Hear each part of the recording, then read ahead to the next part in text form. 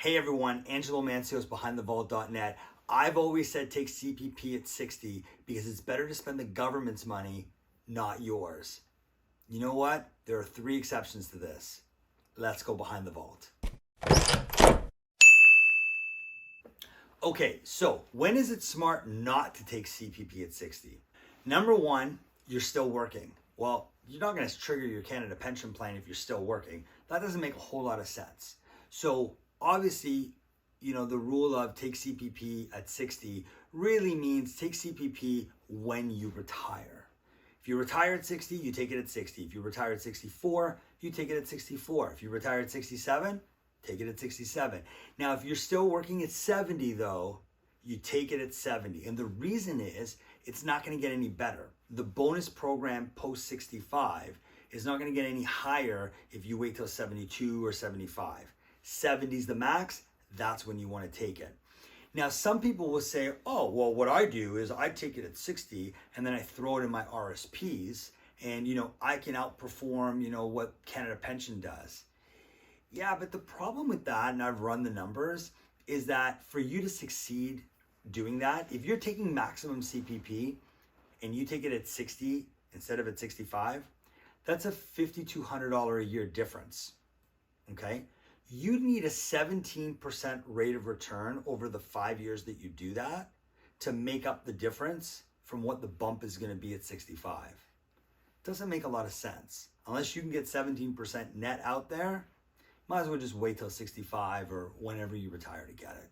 Number 2 is that you're incorporated and you are a business owner. You have your own corporation. And when you have your own corporation, you have the benefit of self-funding CPP. See, as a business owner, if you pay yourself dividends, you're not showing any real taxable employment income.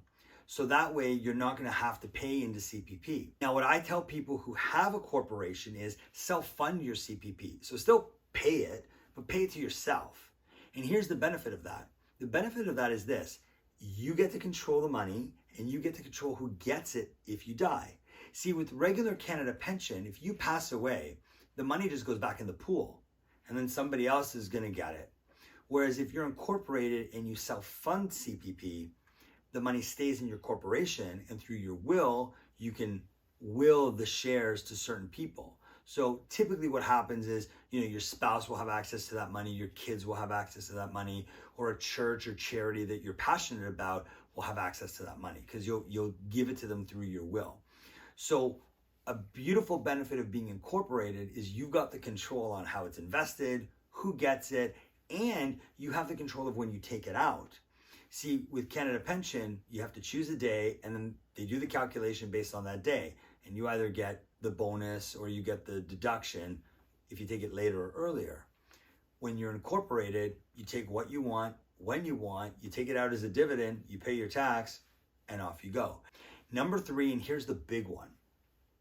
I learned this early in my career, and I stumbled across somebody who was already getting the maximum survivor CPP. So I met a lady after a seminar, and she had said to me, I'm getting close to having to make a decision about Canada Pension. What do I do? And I said, well, let's look at the numbers. So what happened was this. Her husband was significantly older. He passed away. So she was entitled to his survivor CPP. Now, the way it works in Canada is that you cannot receive more than one person's maximum CPP. So, and I've said this before, like when my mom passed away, my father got nothing from her survivor Canada Pension because he was already receiving the maximum amount for himself.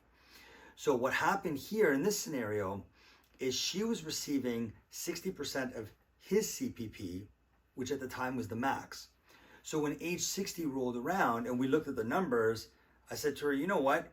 If you take your CPP at 60, you're only going to get a small bump from 60% of CPP to 64%. But if you wait till 65, you'll get the full bump back to 100. So what ended up happening was because CPP survivor pension falls off at 65 automatically, and then your own CPP kicks in. Well, she was going to get the max anyways.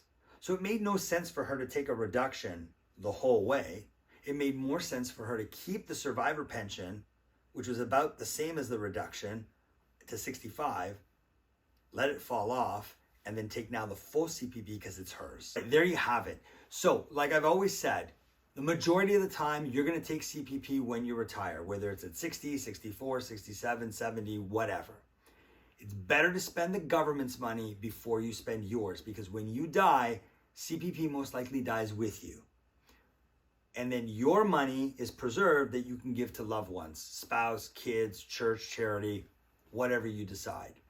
When you wait on CPP because you think you're going to get more, well, now you got to dip into your own pocket to make up the difference. That doesn't make sense, except for 3 times that we talked about in this video.